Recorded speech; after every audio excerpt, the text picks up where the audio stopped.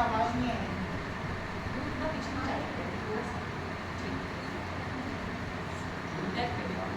आ जाएगी।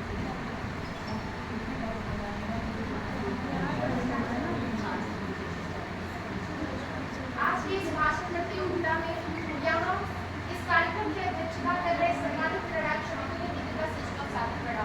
प्यारे मित्रों, छांदोग्य उपनिषद में कहा गया है, आहार शुद्धो शब्द शुद्धो ध्रुवा स्मृति स्मृति लंबे शब्द ग्रंथि न विप्र मोक्ष। अर्थात आहार की शुद्धता से मन की शुद्धि और मन की शुद्धि से स्मरण शक्ति बढ़ती है और स्मरण शक्ति से मन की समस्त बाधाएं दूर हो जाती हैं। आज मेरा एक प्रश्न आप सभी के मन से है कि आज हम जो भी खा रहे हैं या खाते हैं, क्या वो पूर्ण रूप से शुद्ध है? क्या वो हमारी सेहत के लिए सही है? और अगर आपके पास इसका उत्तर हाँ है या इसका उत्तर ना है, तब जाके विभाग द्वारा निर्देशित शीर्षक eat right for better life पर बात करना अति आवश्यक हो जाता है। हम अधिकतर सुनते हैं जैसा खाए अन्न वैसा होए मन। मेरा एक और क्वेश्चन आप सभी से है, हमने हमेशा सुना है health is the wealth and food is the medicine we eat every day, but a question arise today, do you know what we eat today? How we decide how we eat today, decide how we like tomorrow. हम सभी यहाँ पे एक विचार कर सकते हैं कि भारत पूर्व प्राचीन समय में, मध्य समय में और आधुनिक समय में जो भोजन किया जा रहा है उसका मानव सेहत पर क्या प्रभाव पड़ा था और क्या प्रभाव है। अगर इस पर विचार करें तो महोदया, मैं ये कहने में तनिक भी गुरेज नहीं करूंगी कि आधुनिकता और वर्तमान का खान पान इस हद तक बिगड़ चुका है कि जिसका सीधा नकारात्मक प्रभाव मनुष्य के स्वास्थ्य पर पड़ रहा है। मेरा एक और प्रश्न आप सभी से है कि इस बात को प्रमाणित करने के लिए मैं ऐसा कहना चाहती हूँ कि जब प्राचीन समय में भारत में कोई अस्पताल नहीं हुआ करता था, ना ही रोगों से लड़ने के लिए कोई स्पेशलिस्ट हुआ करते थे आज के वर्तमान की अपेक्षा, तो उस समय में आखिर रोगों का उपचार होता कैसे था? अगर हम इस पर विचार करें तो उत्तर बिल्कुल आपके समक्ष है निर्णायक समिति। उस समय हमारे ऋषियों और मुनियों द्वारा किया गया रोगों का उपचार मनुष्य को सीधे प्रकृति से जोड़ने का उपदेश देता था। इसके अलावा ऋषियों और मुनियों द्वारा किए उपचारों पर आज भी हमारा विज्ञान शोध कर रहा है।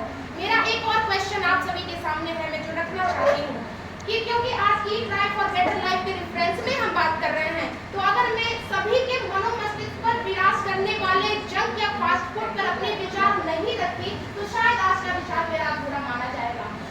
जंक हो या फास्ट फूड, ये दोनों अपने नाम के भांति मनुष्य के सेहत पर फास्ट निगेटिव इफेक्ट डाल रहे हैं।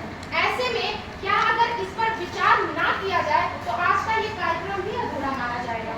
महोदया, ये वास्तविकता है कि जंक और फास्ट फूड अपने नाम की भांति मनुष्य पर निगेटिव इफेक्ट डाल रहे हैं, इसमें तनिक भी संदेह नहीं है।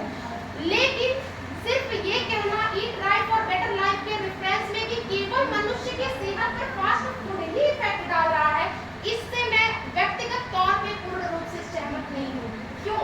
मैं ये बात रखना चाहती हूँ, फास्ट हो या जंक फूड मनुष्य के सेहत के साथ खेल रहा है और टेस्ट फॉर द बेस्ट के चक्कर में मनुष्य इस प्रकार उलझ चुका है कि वो अच्छे और बुरे में फर्क करना ही बंद कर दिया है।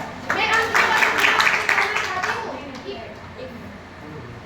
कर दिया है, तो ये सत्य है कि फास्ट और जंक फूड मनुष्य की सेहत के साथ खेल रहा है, लेकिन पूर्ण रूप से सत्य नहीं है, क्योंकि आज जितना पौष्टिक भोजन मनुष्य के लिए नुकसानदायक बनता जा रहा है, उतना ही फास्ट फूड और जंक फूड भी मनुष्य के सेहत के साथ खेल रहा है, लेकिन फर्क दोनों में प्रतिशत का है। मैं बताना चाहूंगी कि क्यों पौष्टिक भोजन हानिकारक होता जा रहा है, और इसका सीधा उत्तर है वैश्विक स्तर से जूझ रहा हमारा बदलता क्लाइमेट, जिसका सीधा प्रभाव मनुष्य के खान पान पर पड़ रहा है। एक प्रश्न है आप सभी से कि हमारे सेहत खराब होने में तो हमारा खान पान जिम्मेदार है और हमारा खान पान खराब होने में क्लाइमेट्स जिम्मेदार है, लेकिन क्लाइमेट्स खराब होने का जिम्मेदार कौन है? जरा इस पर विचार करेंगे। अंत में निर्णायक समिति में बस इतना कहना चाहती हूँ ताकि हमारा आज आप सभी के द्वारा रखा यह कार्यक्रम सार्थक हो।